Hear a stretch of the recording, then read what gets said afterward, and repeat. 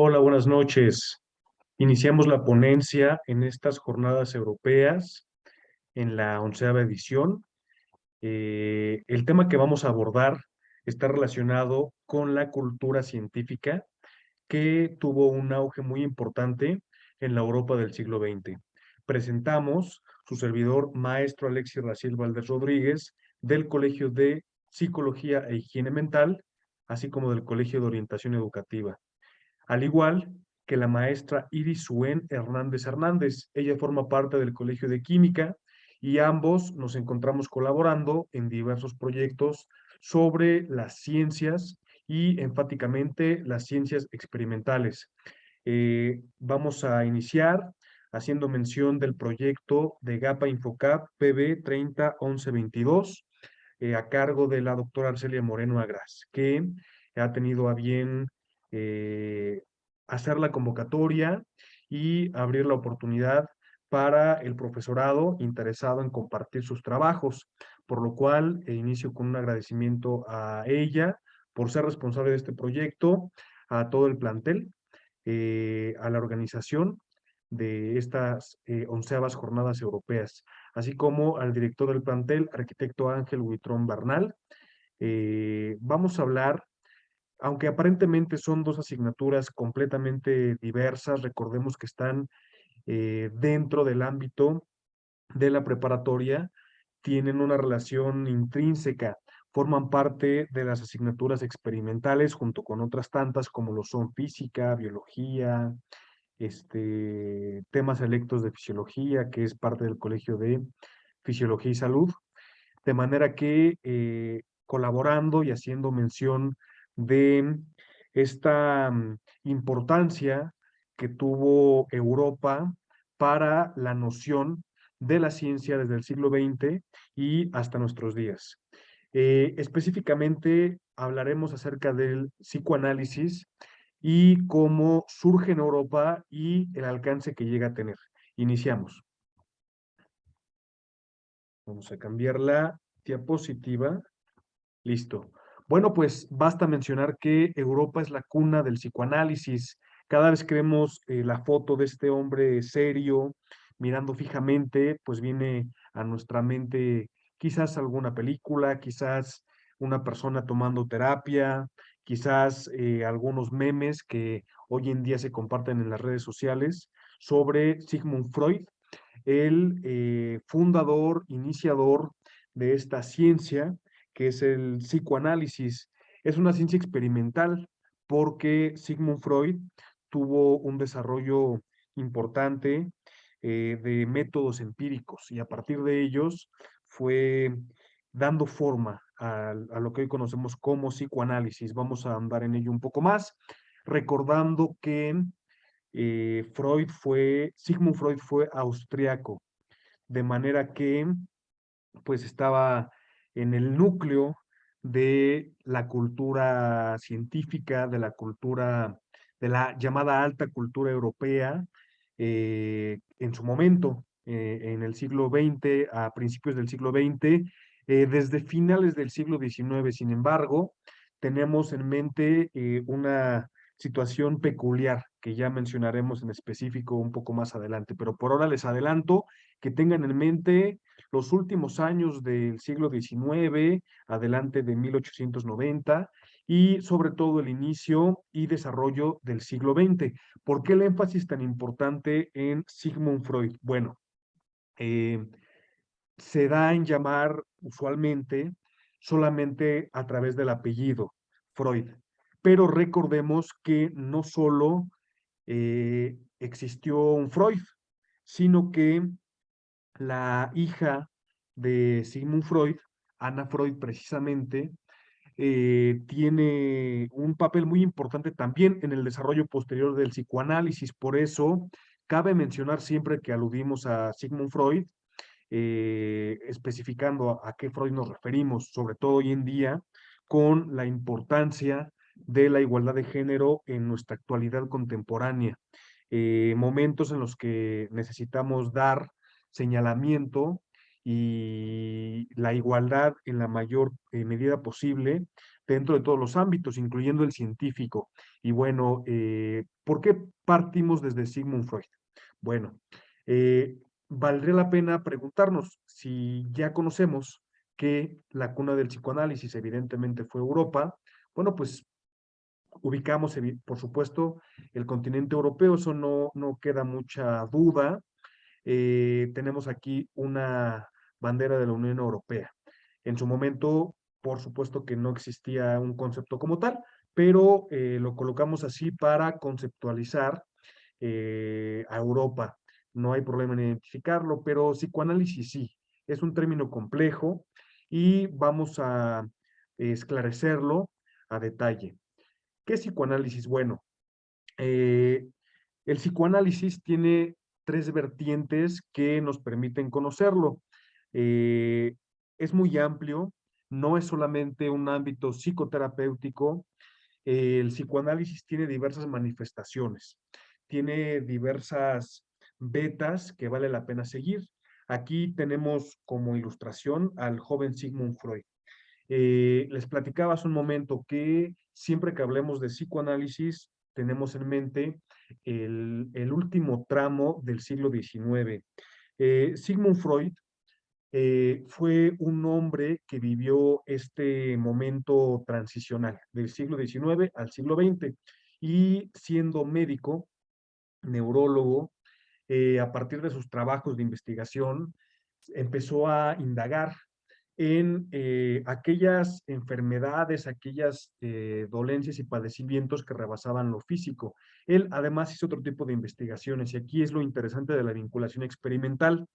Uno de los trabajos iniciales, pues rondan los últimos años de 1800, ya decíamos cerrando el siglo, y tenía que ver con el estudio anatómico y fisiológico del aparato reproductor de cierta especie de invertebrado.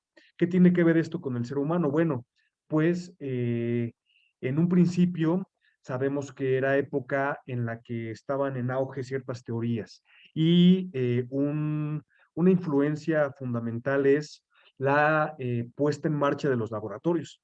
Sigmund Freud tuvo este acercamiento empírico hacia los laboratorios y fue uno de sus primeros trabajos. Sin embargo, más adelante empezó a acercarse hacia la hipnosis y el psicoanálisis tiene diversas facetas, etapas, como toda ciencia tuvo desarrollos, tuvo modificaciones y ajustes conceptuales, porque toda ciencia es perfectible y esto desde un principio se consideró para poder desarrollar el cuerpo teórico del psicoanálisis, realimentando lo de la praxis. Bueno, ¿qué entendemos por psicoanálisis? Evidentemente que los estudios sobre este invertebrado que les platicaba no es psicoanálisis, es otro tipo de investigaciones de Freud. Pero lo que Sigmund Freud empezó a aterrizar específicamente con anotaciones sobre lo que es el psicoanálisis, nos lleva a los trabajos ya muy cercanos al siglo XX. De hecho, iniciando el siglo XX se publica su libro central, que es la interpretación de los sueños, y que vamos a ahondarlo un poquito más.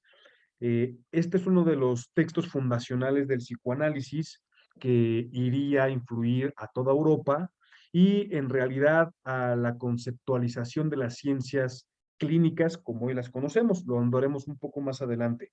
Lo que ahora quiero dejar claro es que el psicoanálisis tiene tres facetas. Uno, pues un método psicoterapéutico, eh, porque reiteraba que Sigmund Freud empezó a abordar la hipnosis como método de terapia para lo que en su momento fue una situación grave que no se tenía muy dominada ni muy conocida, tuvo que irse indagando sobre el trayecto que fue la histeria y con los trabajos posteriores se conoció como neurosis. De manera que pues no había mucho hacia lo cual acercarse y desde lo cual aprender. Era un campo completamente o mayormente nuevo por indagar.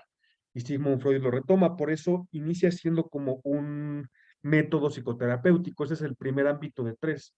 Evidentemente, como toda praxis, surge, se desarrolla, requiere conceptos, constructos, un marco teórico en el cual conocer y circunscribir el desarrollo del psicoanálisis, da pie, da lugar al segundo rubro o al segundo, la segunda perspectiva y forma de ver el psicoanálisis, que es como un método de investigación.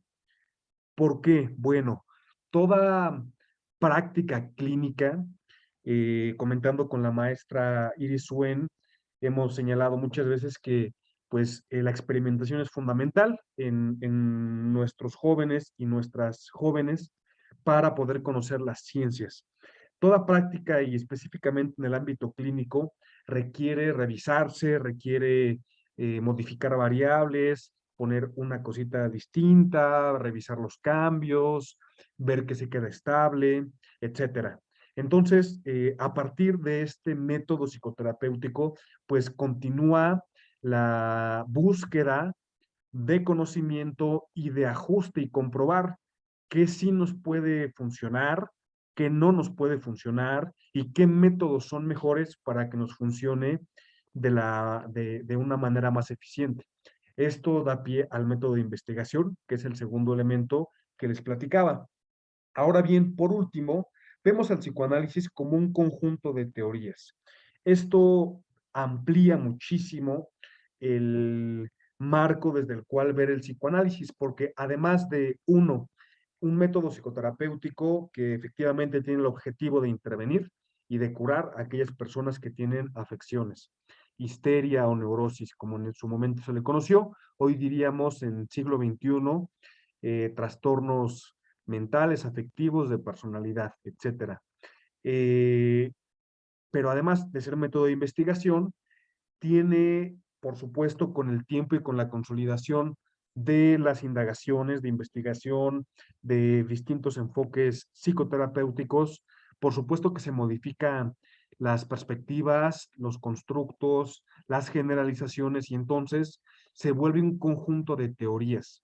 No simplemente hablamos de la teoría psicoanalítica, hablamos de las teorías psicoanalíticas, porque como toda ciencia, tiene un desarrollo y una modificación que se va llevando a través de la praxis, digamos, a través de la marcha. Entonces, por eso les he puesto aquí un documento de Melanie Klein, que fue también una alumna muy destacada de Freud junto con su hija y con otras tantas estudiantes que desarrollaron y que participaron en la construcción y adaptaciones y perfectibilidad del psicoanálisis. Eh, es decir, aquí lo que les voy a plantear es que si bien con el paso de los años Sigmund Freud tuvo distintos ajustes y pequeñas modificaciones a su teoría, a su forma de indagar y de intervenir y de investigar, les decía, yo estas tres perspectivas de ver el psicoanálisis, pues particularmente se enfocó en una población adulta en su mayor parte. Sin embargo, Melanie Klein profundizó en las terapias infantiles como población primordial. Desarrolló diversos trabajos, sobre todo en el ámbito de los juegos y de aquello que no se puede nombrar, pero que se demuestra a través del trabajo corporal. Y bueno, así podemos conocer a otro tipo de perspectivas, pero el psicoanálisis en esta tercera forma de enfocarlo, pues es mucho más amplia. Ahora bien, no es algo que yo me invente. Estas tres perspectivas las retomamos del Diccionario Especializado de Psicoanálisis de Laplanche y Pontalis, franceses, por supuesto.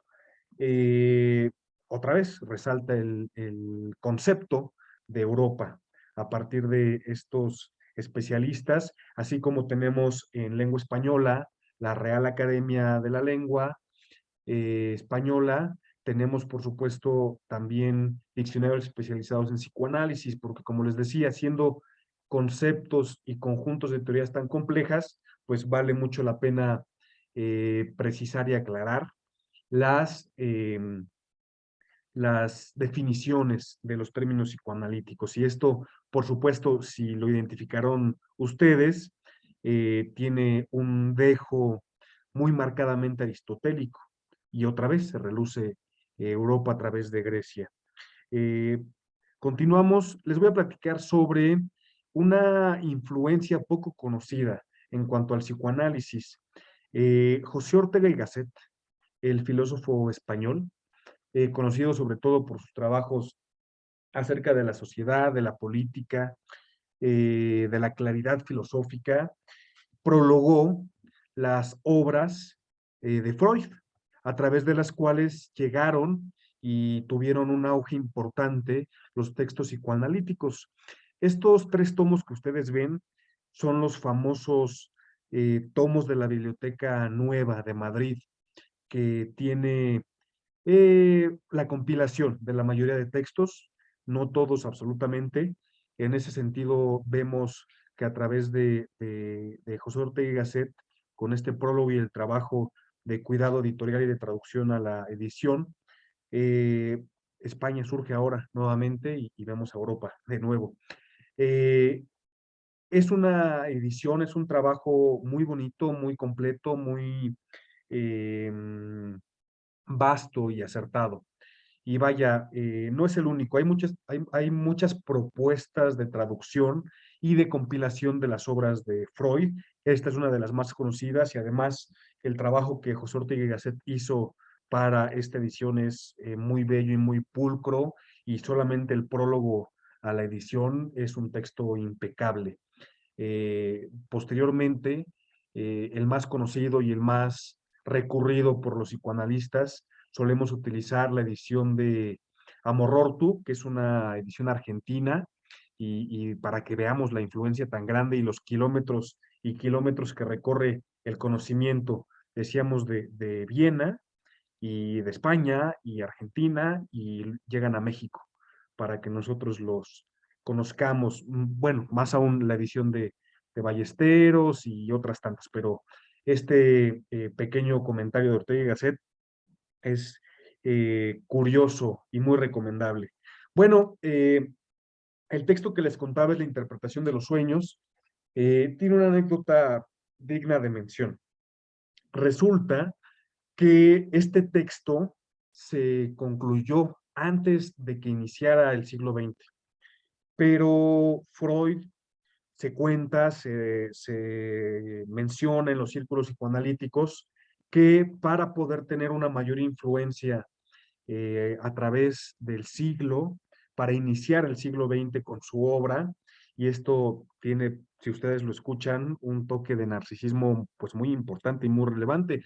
Freud quería que el siglo XX fuera su siglo, de manera que quiso publicar, iniciando el siglo XX, su texto central, La interpretación de los sueños, con el cual se da un acercamiento de manera más formal. Lo que había antes de la interpretación de los sueños se le conoce como textos pre-psicoanalíticos, es decir, pues acercamientos, algunas reflexiones, algunos trabajos que avisoraban el surgimiento del psicoanálisis como ciencia, como este cuerpo amplio y de intervención que iba a haber, pero a partir de la interpretación de los sueños, podemos darle nombre y apellido de una manera más clara a lo que sería el psicoanálisis. Y bueno, ¿qué alcances tiene? Ya hemos visto algunos tantos.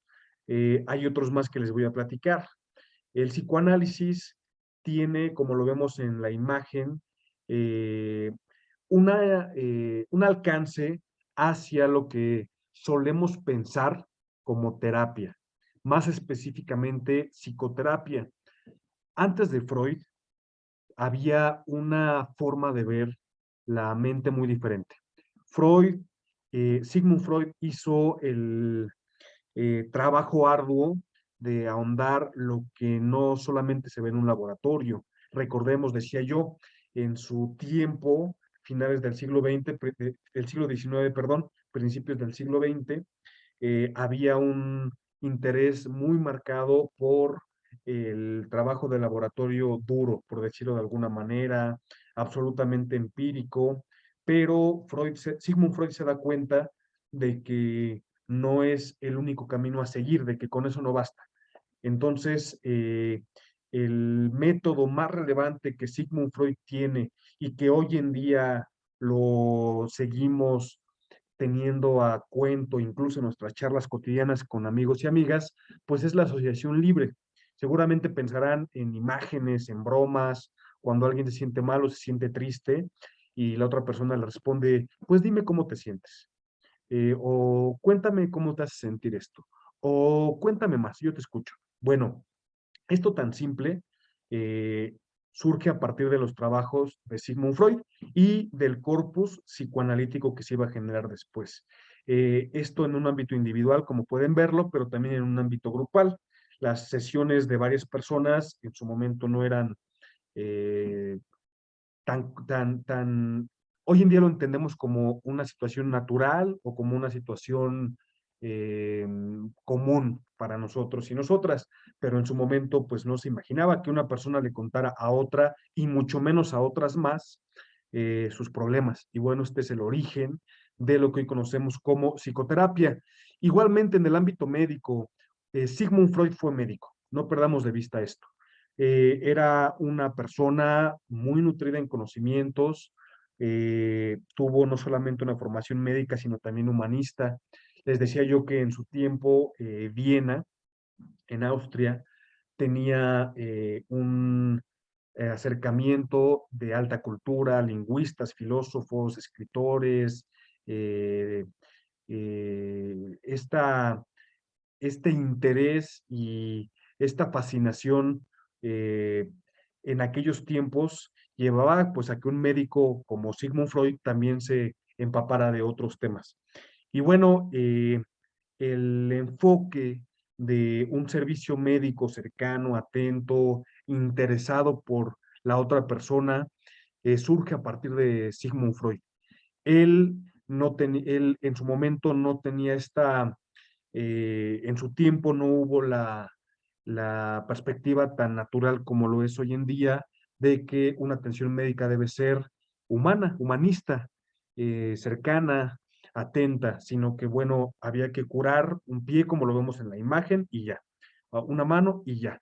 Y no había esta cercanía, diríamos hoy, emocional. En su momento, Sigmund Freud le llamó transferencia y contratransferencia, que es este par de fenómenos con los cuales la persona médica y la persona paciente se entiende, digámoslo así. Pero tiene otros alcances más que rebasan lo clínico y lo médico. Vemos a William Shakespeare y a Miguel de Cervantes. ¿De qué manera se relacionan con Sigmund Freud? Al parecer no sería mucho, pero sí lo es. Sigmund Freud fue un asiduo lector de muchos temas, no solo científicos, ya les decía yo, humanistas, pero también literarios. Y recordamos varios monólogos célebres de Shakespeare en sus obras, por ejemplo, el famoso monólogo de Hamlet, con reflexiones sobre la muerte y el ser, reflexiones como las sucedidas en Romeo y Julieta, que te dan una muestra y te permiten conocer de cerca a los personajes, te permiten saber cómo sienten, cómo piensan, cómo conciben el mundo a partir de un monólogo. ¿Recuerdan la asociación libre? ¿Recuerdan? Lo que les platicaba, que da origen al psicoanálisis y a lo que hoy conocemos como terapias y como atención médica. Bueno, pues lo mismo sucede con Miguel de Cervantes y de nuevo reluce la influencia europea a través de estos dos personajes. En el famoso texto de Miguel de Cervantes, que emana de su libro Novelas Ejemplares, hay una obra, porque son varias novelas, evidentemente. Una de ellas se llama El coloquio de los perros, en el que a grandes rasgos, sin ahondar mucho, porque seguro ustedes leerán este texto, eh, dos perros empiezan a conversar y a partir de esta conversación se tiene pues un conocimiento mutuo y de la psique, digamos, perruna. Entonces, por supuesto que Freud se habla de que retoma a estos escritores. No se sabe si fueron su inspiración o su base o su fundamentación teórica, eso es muy difícil de saber, pero sin duda que ellos dos los conoció y de hecho el mismo Sigmund Freud declaró que aprendió español solo para leer el ingenioso hidalgo Don Quijote de la Mancha. Les voy a contar también de los alcances, pues que tienen una influencia mucho más grande. Vemos aquí el texto de Sófocles, Edipo Rey, y volvemos otra vez a Grecia y persiste la visión de Europa. Bueno, pues el famoso complejo de Edipo se retoma de manera relevante a partir del texto de Edipo Rey. Y bueno, resulta eh, mitológico, resulta a veces trágico, evidentemente, pero a grandes rasgos, este pasaje en el que el destino invariablemente y como a manera de inevitable pone a Edipo en una situación muy difícil con su papá y con su mamá. No les doy muchos detalles porque la maestra Iris y su servidor estamos seguros de que van a leer este texto también. Se los recomendamos mucho. Además, Freud tuvo pues un trabajo, decía yo, no solo clínico, sino humanista. El premio Goethe tiene una importancia acerca de la cultura alemana y acerca de lo que las humanidades, la cultura implica. A partir del escritor Goethe, se generó este premio y evidentemente que es un premio muy relevante. En su momento, Sigmund Freud fue condecorado con este premio y también con otro de mucho alcance fue propuesto. Sigmund Freud fue considerado para el Nobel de Medicina y Fisiología. No obstante, este premio no se le otorgó nunca, a pesar de que estuvo considerado mucho tiempo y muchas veces para él, pero sus trabajos que retomaban la vida sexual como eje central, como un elemento fundamental del ser humano, pues no era visto del todo bien por el comité del Nobel, por lo tanto no se le otorgó este premio, pero ahí estuvo en la mesa mucho tiempo. Además, bueno, pues tiene influencia con pensadores muy importantes de la época, por mencionar dos, Friedrich Nietzsche y Karl Marx. Y precisamente los tres, Sigmund Freud, junto con estos otros dos pensadores, son considerados parte de la escuela de la sospecha, que ponen en duda y a manera de cuestionamiento qué es realmente el ser humano y pues que no es todo tan bello y agradable como lo pensamos. Hay muchos más filósofos, pensadores, incluso artistas en los que se influyó y que influyó el mismo Sigmund Freud. Por mencionar algunos, Salvador Dalí, en el surrealismo, los mismos, eh, la generación francesa de escritores, por mencionar ahora a Marcel Proust, por mencionar el Ulises de Joyce en otra lengua, por supuesto, y persiste el concepto de Europa, ¿se dan cuenta? Eh, y bueno, algunos de los tantos, que por cierto, a partir de estos alcances que les estoy platicando, mencionaba yo con la maestra Iris que Sigmund Freud fue psicoanalista de una persona muy cercana a Friedrich Nietzsche. Y si quieren conocer más sobre el tema, les recomiendo mucho la película Un método peligroso.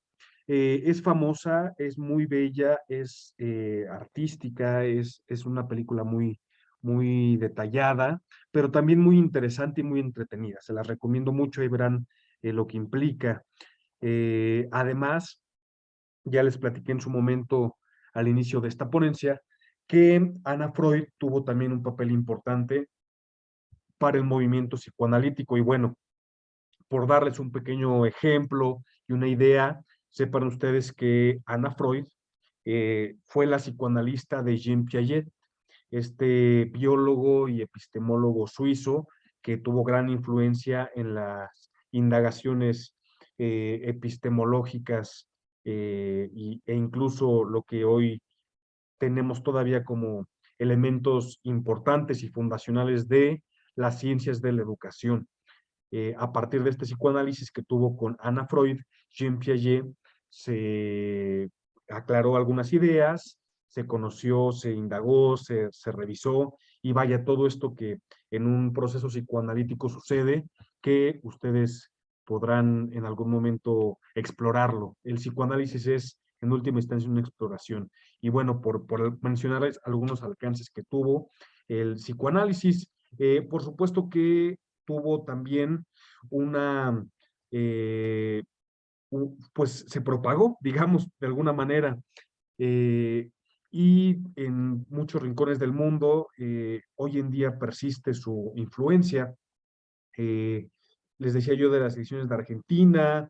Sepan ustedes que Sigmund Freud y otro de sus más cercanos discípulos en su momento, Carl Gustav Jung, viajaron a Estados Unidos e impartieron conferencias en sus universidades. Eran una especie de rockstars, como hoy lo sería pues algún influencer o algún artista. Ellos fueron llevados desde Europa hasta Estados Unidos y tuvieron un acercamiento cultural muy intenso. Fueron varias veces y vaya, hubo este intercambio cultural científico con nuestro continente, pero también en otros ámbitos. Lo hubo, eh, y hay actualmente asociaciones psicoanalíticas internacionales. Entonces, el alcance del psicoanálisis fue y sigue siendo muy amplio.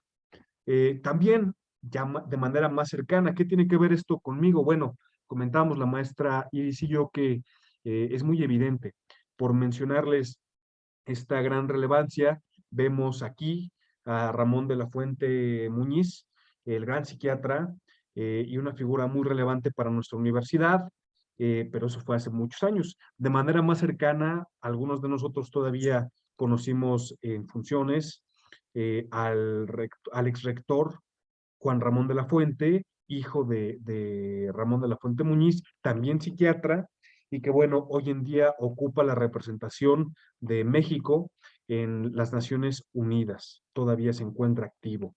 Y bueno, evidentemente que para traer el psicoanálisis y más en general la psicología a México, Ezequiel A. Chávez fue una figura muy importante que desde los inicios de la Escuela Nacional Preparatoria se enlazó, se relacionó y se buscó dejar en el plan de estudios, dejar como muy marcado, como elemento importante, el psicoanálisis, la psicología, pero sobre todo este toque humanista y este toque integral que el psicoanálisis, junto evidentemente con lo amplio que es la psicología, eh, estuviera presente en la formación de las y los estudiantes de preparatoria. El plantel 7 de la Escuela Nacional Preparatoria lleva el nombre de Ezequiel Chávez, eh, psicólogo y especialista y difusor del psicoanálisis en México. Además, todas y todos ustedes llevan o llevarán psicología en sexto año. Hay otra asignatura en el colegio que es higiene mental, esta es optativa y ustedes la pueden elegir de manera opcional. Recordarán también que en orientación de cuarto y de quinto, pues hicieron algunas reflexiones, sus orientadores y orientadoras seguramente les dieron alguna explicación, algún ejercicio, alguna dinámica con toques psicoanalíticos. En fin, vean ustedes la influencia tan grande de una idea, de un proyecto que fue consolidándose, que fue pasando de mente a mente, haciendo un conjunto de teorías incluyendo más gente, mujeres y hombres muy talentosos, personas que dedicaron su vida desde distintas ciencias, disciplinas, áreas, incluso artes, les platicaba, y que bueno, hoy en su vida cotidiana en el plantel también ustedes viven. Y bueno, todo esto surgió en aquella Viena del siglo XIX a finales y del siglo XX, que es impresionante cómo continúan avanzando y cómo llegan a traspasar fronteras y se vuelven parte de nuestro día a día. En fin, a nombre de la maestra Iris Suen Hernández Hernández, su servidor, maestro Alexis Raciel Valdés Rodríguez, agradecemos el favor de su atención, reiteramos el agradecimiento del apoyo a DEGAPA, al plantel, al director, a la organizadora, la doctora Celia Moreno Agraz, y a todas y todos quienes hacen posible esta actividad, estas jornadas, el apoyo técnico. Muchísimas, muchísimas gracias y sobre todo por acompañarnos y por permitirnos mostrarles una pequeña parte de nuestros avances. La maestra Iris Suen y su servidor tenemos un trabajo enfático sobre la ciencia y sobre cómo trabajarla, cómo enseñarla, cómo explorarla de distintas perspectivas, ángulos, y que sea una experiencia grata en última instancia para todas y todos nuestros estudiantes del plantel. Muchísimas gracias.